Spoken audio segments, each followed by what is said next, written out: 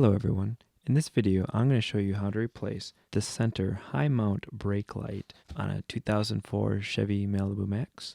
This should work for the Malibu Maxes from the year 2004 to 2007. Before I get started, one thing I found out is that when this brake light goes out, it's not a simple bulb to replace. Unfortunately, that's not the case because bulbs are fairly inexpensive compared to having to buy the whole assembly.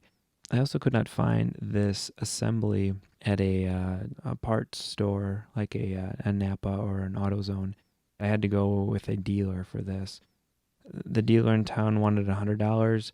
I found GM OEM parts online for about $80 instead of the 100. And while I was at it, I ordered a high mount lamp nut. I think I ordered a couple of them just in case. I did not end up breaking any of the nuts when I took them off. But just in case, they're fairly inexpensive. I think they're somewhere around 50 cents to $1 for these nuts. I figure I don't want something that small to stop me from completing my task, so ordered a couple of those. With all that said, I'm going to go ahead and show you how to replace this brake light.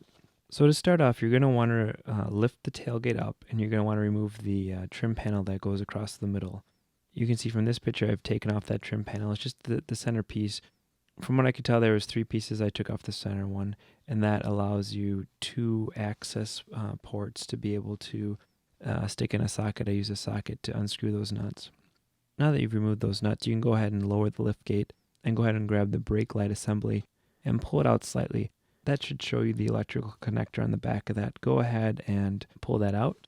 And from this picture, you can see that here I have the brake light assembly in my hand there. And the connector is just hanging out the back of the tailgate there. This picture is a little blurry, but it can kind of show you the back of the brake light assembly.